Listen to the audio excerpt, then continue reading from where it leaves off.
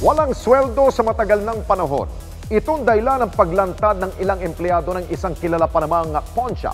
Abay, ang kanilang employer hindi binibigay ang sahod at benepisyo matapos sa maraming taon nilang pagseserbisyo. Ang ating naging responde, narito at inyo pong tutukan. Alam mo, doon ka natatanda doon. Sabi ko, dito na magpa-pension. Pag 60 na ako mag-resign. Alis ang company. Kaso, hindi nangyayari. Ang hindi nila alam yung obligasyon nila. So, kami pa ang nagmamakaawa na sumahod na gano'n.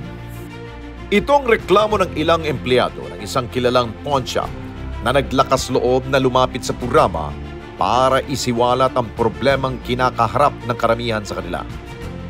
3 dekada na ang binilang nila sa pagsisilbi sa nasabing pawn shop.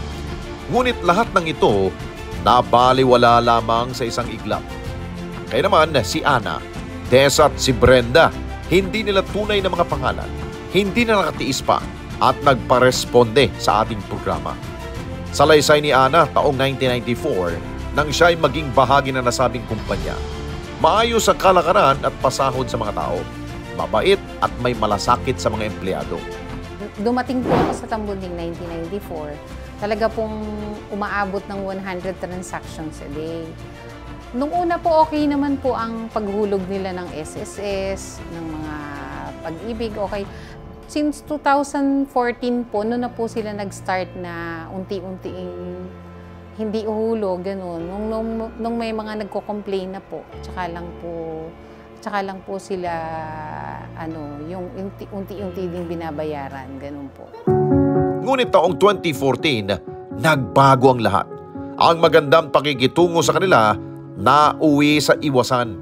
Ang ilang matatagal na empleyado ay isa-isa na ring umaalis. At ilang branches na nasabing pawn shop ang nagsara. Nung may mga nag-resign na po, nung dinidelay pa lang po yung sweldo, marami na pong nag-resign. From 60 branch, yung sa corporation po namin, from 60 branch, bali umabot kami natira kami mga 11 na lang po, 11 branch. Kasi nga po, nagre-resign na po yung mga iba, tapos i-close na. Since nag-resign na yung wala nang tatao, inaano na po nila yon hanggang sa, ang itinira nila yung nasa top 11 ang tawag nila sa amin eh. Tapos po, nung nagka-pandemic, na-close din po. Ang natira na lang is apat na branch. Si Desa, isa rin sa mga empleyadong hanggang ngayon walang natatanggap na sahod at benepisyo mula sa kanyang naging employer. At nang binalak niyang gamitin ang iba't ibang government benefits, dito na nila napag-alaman na hindi na updated ang bayad sa mga ito. Marami rin mga buwan ang hindi nahuhulugan ng nasabing kumpanya. Kasi magandang patakbo nila eh. Kasi dati, 1992, bali nanganak ako. Tapos 1990 pa bumalik, tinanggap naman nila. Kaya okay naman, dito na. Yung mga incentives, okay.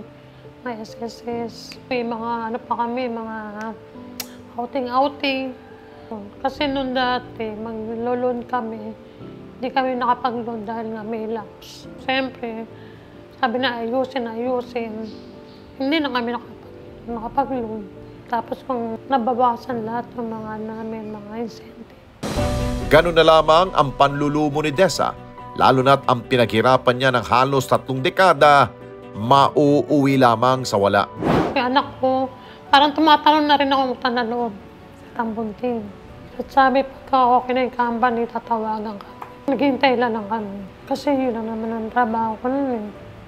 Hindi na ako nag-apply sa iba. Kasi baka maging okay pa. Kung papasok sa iba, panibagong pakisama naman. Eh dito ka sa kaibigan na lahat. Si Brenda, isa rin sa nagpatunay na magandang patakbo ng kumpanyang pinapasukan noon. Ngunit maging sila ay nabigla ng hindi na nila makuha ang benepisyo at sweldo na para sa kanila. 1995 siguro ko nag-start. So Tips pa nga dati.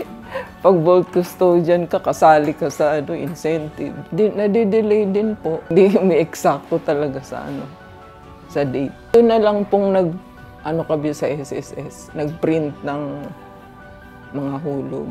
Wala na kaming trabaho, yung anak ko nag-aaral. Lubos din siyang umaasa na bubuksan muli ang branch na kanyang pinagtatrabahuan.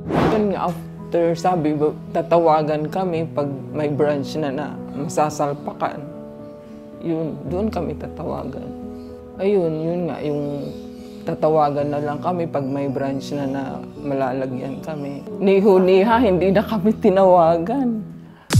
Ang mga empleyado ng Tambunting na nag-aabang pa rin sa abiso ng kanilang mga sahod at benepisyo. Tinungo ng aming team ang sinasabing opisina ng Tambunting sa Maynila.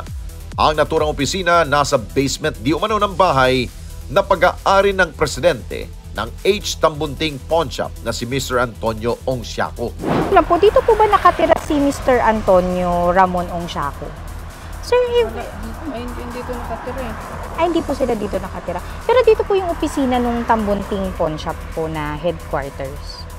Mayroon po ba akong pwedeng makausap, sir, na tao nila? Para saan po? Bali po kasi meron pong naglumapit po sa amin sa programa. Taga-Net 25 po ako. May lumapit po sa programa po namin na mga ilang empleyado. Nagre-request lang po sila na, ayun po, parang pwede po bang makausap yung may-ari para po dun sa mga benepisyo po nila at sa kasahod. Meron po bang... Taong na yun. wala po. Wala pa po silang pasok. Kailan po sila magkakapasok, sir? Ay, hindi ko alam. Pero po sila, Sir Ramon, wala po ngayon. So, pero dito po yung head office po nila, yung parang opisina po nila. Ano po yung usual na araw ng pasok nila, sir? Depende. Hindi po everyday.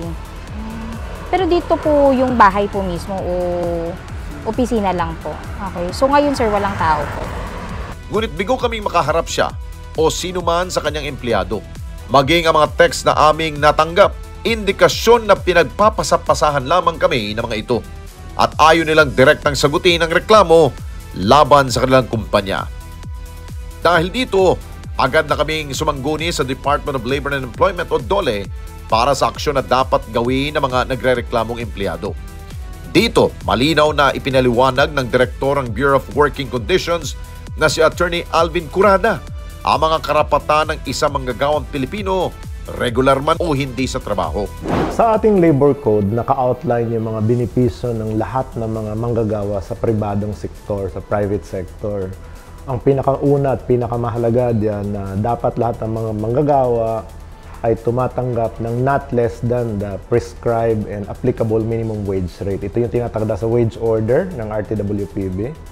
Kaakibat doon, may mga additional na benepisyo pag nagtrabaho ng more than 8 hours. Merong overtime pay. Pag nagtrabaho naman ng 10 o'clock in the evening hanggang 6 o'clock in the morning, meron night shift differential. Pag nagtrabaho ng regular holiday, yun yung merong doble holiday pay. And then pag special holiday naman, meron yung special day premium. Yun yung mga benepisyo na very basic na lahat ng mga empleyado ay meron. Kasama dito yung mga regular employee, probationary, casual, projects, seasonal. Iba-iba lang ang paano sila in-engage, pero yung benepisyo nila na minimum, dapat makakatanggap sila.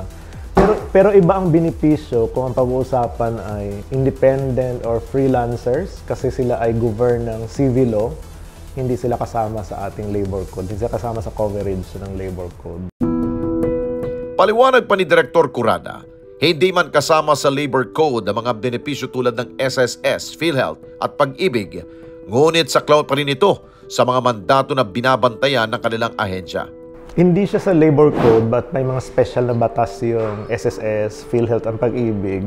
Pero kasama yan, minomonitor ng Department of Labor Employment. Pag ikaw ay nasa empleyo, tinitingnan namin kung ikaw ba ay na-enroll. At kung ikaw ay na-enroll, binibigyan ka ba na, ay nire-remit ba ang iyong contribution para kung sakaling magkasakit ka, mag-retire, may matatanggap kang benepisyo aside from that provided by the employer. Binigyan linaw din niya ang sitwasyon ng mga empleyadong nag-file ng resignation sa Tambunting at ang benepisyong maaari nilang makuha. Karaniwan kasi sa mga pupunta sa DOLE na mga nag-resign ng empleyado, sinasabi nila, nagtrabaho sila ng 30 years, tapos nag-resign sila, and then they're claiming separation pay equivalent to the length of service. Pero unfortunately, sinasabi sa ating existing na batas na pag nag-resign ka, matatanggap mo yung last pay mo lang, proportionate amount ng 13-month pay, tsaka hindi mo pa natatanggap ng mga benepisyo katulad ng 13-month pay and probably hindi mo nagamit na leave benefits. So, kukumputin yun base sa latest salary mo at dapat maibigay sa'yo 30 days after your separation from employment. Payo ni Dr. Curada na agad dumulog ang mga empleyado ng Tambunting sa NLRC at magsampa ng kaukulang reklamo upang magkaroon ng maayos sa pag-uusap ang kanilang kampo at kampo rin ng kanilang employer. Baka it will constitute na a ground for filing of a constructive dismissal case dahil you're entitled to the benefits but it's that those benefits were not granted to you. So medyo nahirapan ka sa trabaho dahil kulang ang sweldo. Baka pwede na sila mag-file sa National Labor Relations Commission ng constructive dismissal case para makatanggap sila ng separation pay. Sa mga empleyadong tinanggal, dapat tingnan muna natin ano ang cost. Kasi meron in the termination of employment, meron tayong tinitingnan dalawang aspeto.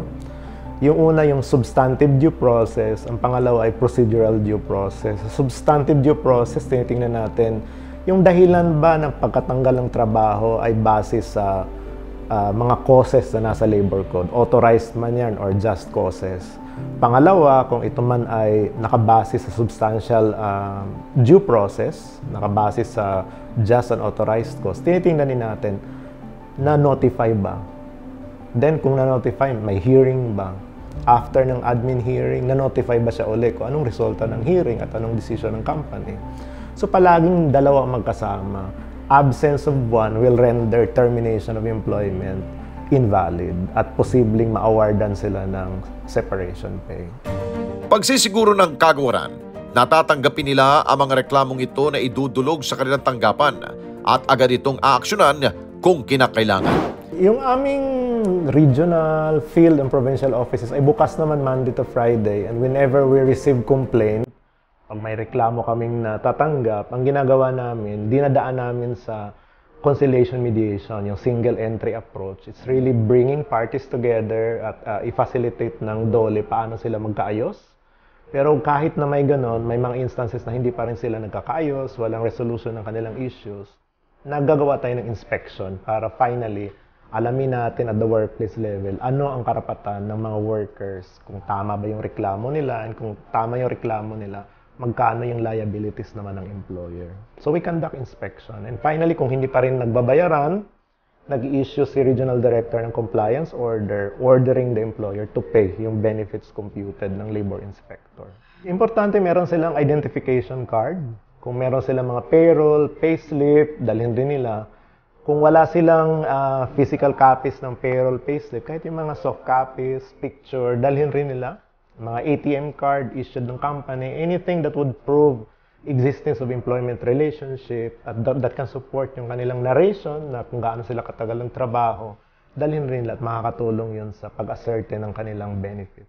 Payo ng DOLE na huwag magatubiling lumapit sa kanilang tanggapan kung magkaproblema man ang sino mang manggagawa sa kanilang mga employer.